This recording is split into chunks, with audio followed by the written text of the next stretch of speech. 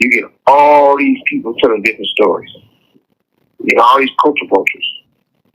You get the people who wasn't there. You get the people that, if they was there, it was part of the assassination. But everybody have a story to make they accept somebody. I never seen a person want to be somebody by living the next person's life. And a lot of times, people want to push Death Row, people want to talk about Tupac, people want to talk about all these great things on all the sides. Because you got to realize one thing. Ruthless, Death Row, Murder Inc., I can go on the list, right? G-Unit, all these strong black companies, Rockefeller, Bad Boy. Why is it we can't say Jeff Can was black? Because when Russell started, we all know that Rick Rubin was this shit. It was New York Cohen. And Russell always have a conversation with him being on his stomach. But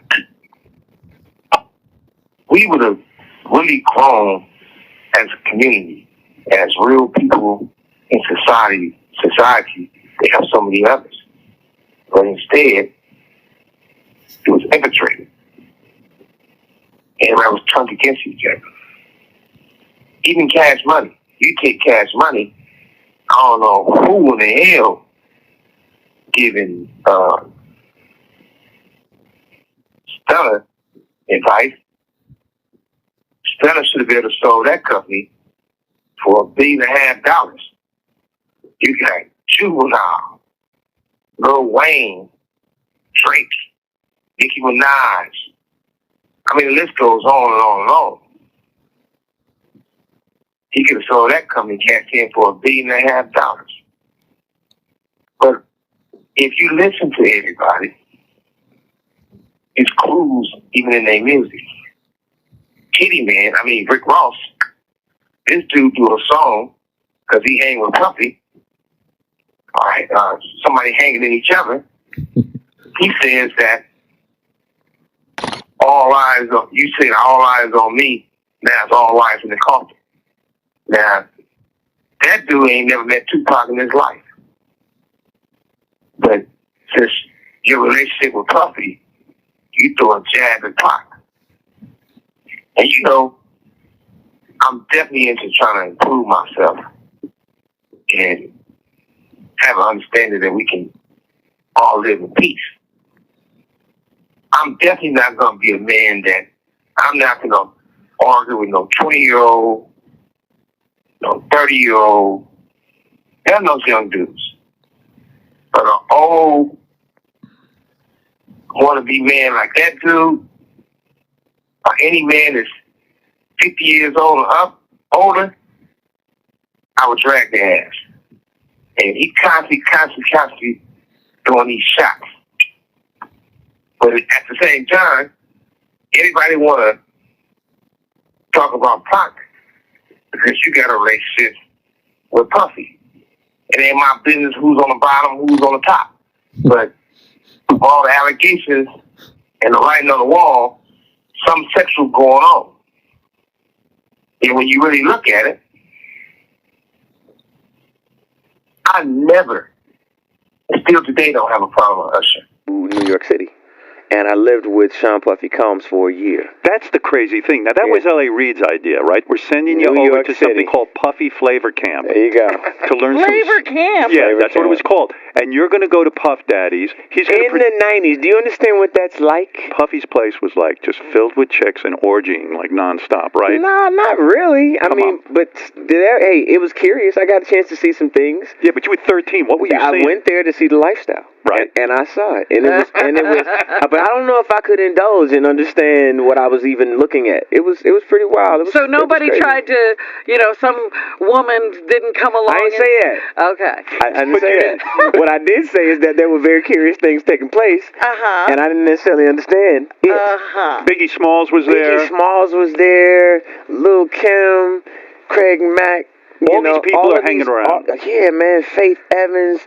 And your parents were Mary okay? J. Blige. They didn't know nothing about this shit. Oh. I was having a good time. You know what I mean? Does he have you doing any chores? Are you doing dishes at all? I mean, to keep you humble somewhat? Or are you just like, can you stay up till 4 a.m. with them and party? I mean, I could. I actually stayed up longer than them. And what kind, do you have money? What's going on? I mean, I had like per diem. I had like, what like a living. Life. Yeah, it's pretty crazy. 14 years old. You're a dad now. Would you ever send your kid to Puffy camp? Hell no. See? When they told me to introduce Usher to me, he rolled his eyes. I said, what's this for? They said, well, even Puffy's lovers. At some point, we all got to be held accountable. But it's not too late. We'll fix it. I admit, I did a whole bunch of aggressive shit. I had to fight. I didn't know any better. If somebody asks me something and I feel can help the culture of hip hop, I would say. When I first started speaking on podcasts and collect calls, it was about the culture. I was willing to talk to anybody. Not for no views, not... This call and your telephone number will be monitored and recorded. People would call the guy I was doing it with, and he would let me hear the horrible things they said about Tupac. I would hear the things about their involvement of Tupac exits from the world. I would hear their voices with jealousy. That's sad, because Pac kept everyone that he's around. And it's real sad that you get all these different stories. People who never met this man is doing documentaries, and books, and live just to get paid. It's only one guy, and I'm not going to say his name because that's for him to say his name. There's one guy who really, really, really got it right. I heard some of the things that he done about the assassination of Tupac. And usually when I hear people doing a story about Tupac, they're off because one, it's not true. Two, they don't like him. Or they didn't know him. But this man and his wife got it so right, it'll make hair stand up on your arms. Either you're gonna be in tears because you feel so bad about what happened to him, or you're gonna be enraged and wanna act up about what happened to him. Like I said, I'm not gonna say the man's name. He's a really great person, and he finally got it right. The people who were involved in that project, I never witnessed something that strong, something so passionate. And the truth, I was there. There's only two people who can really say what happened in that car. Talking myself. He's not here. So it's me, and I know the truth. So, Jaguar Wright said that Jay-Z and Beyonce are monsters. What do you think she meant by that? You have 60 seconds remaining. Well, first of all, me personally, I don't believe in just talking around other feet. I know that, and I'm going to get to the straight point, because I'm not scared of nobody. The facts is facts.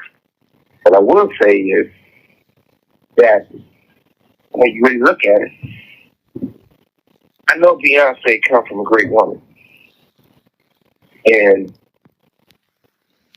I can't judge a person what they do in the future, but I know anytime I ever seen her,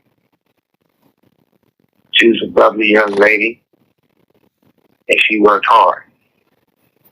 I never had a problem with Jay. Matter of fact, they do the song Me and My Girl Show, which was my song I did on Tupac. And usually I wouldn't allow nobody to do that. I know she was passionate about it. I know he was passionate about it. So the rest is history. They did it. But I do say this. If there's anything, that's why Puffy is so important to hip hop today more than he ever been. And the reason why I say that, we gotta fix this situation. Only way to fix this situation is with the truth. Let that man tell his truth. And can't nobody say that. Only reason why you can say talk bad about a person who's telling, a person who's being a snitch, is a person who's playing by the rules. If you're going out there and you beat motherfuckers up, you can't tell on nobody when you get beat up, because that's fair. But if Bumping is doing the right white handkerchief, I think he should put the culture of hip hop above himself. I think he should put the culture of our people above himself. I think the government should allow him to help and do a healing process of all the people that have been misused. I don't think that Iovine should walk away untouched. I don't think that Clyde Davis should walk away untouched. Russell Simmons, well, Quincy Jones took the easy way out. He know the walls are closing in, so he exit. But even if you look at Clarence Zavon was the biggest enemy for black people than anyone. And he was there in those meetings when they know all the drugs and the men that could not be a man and become sexual active to another man because he writing a check. This call and your telephone number will be monitored and recorded. I know this. Suge Knight ain't never been in none of those parties. But everyone has. All the ones who has participated. Bumpy, look here. You've been doing a lot of telling on a lot of years. But that's neither here or there. Set the record straight. Let's do some healing. If there's anything that needs to be said, who knows? It's come from the parties, come from the private vacations together, come from those type of people, family ties. What do you think? What do you think about R. Kelly's situation and the history of Aaliyah? Well, when you really look at it, you got to look at it like this about the R. Kelly situation. Once again, you got to look at the fact that there's no excuses, but look at the fact that R. Kelly was getting molested and all the things he went through. Well, what the crazy thing about all this is this: you just got to look at what it is. They committed fraud against me because nobody never served me. My lawyers never went to court. They got a default judgment against me. And the same people who both have been helping me, which was Jimmy and Interscope, ended up with my catalog in my company. That's the biggest racist situation you'll be ever see in life. To the fact that I kept it solid and allowed the man to get out of prison instead of keep him in prison. But for Jimmy, Harris's, Legals, they knew what they used to squash my settlement. They used the body of a kid, a Jewish kid. It's not like I'm saying that they didn't know already. They already knew. They talked about it. It's right there. Even in their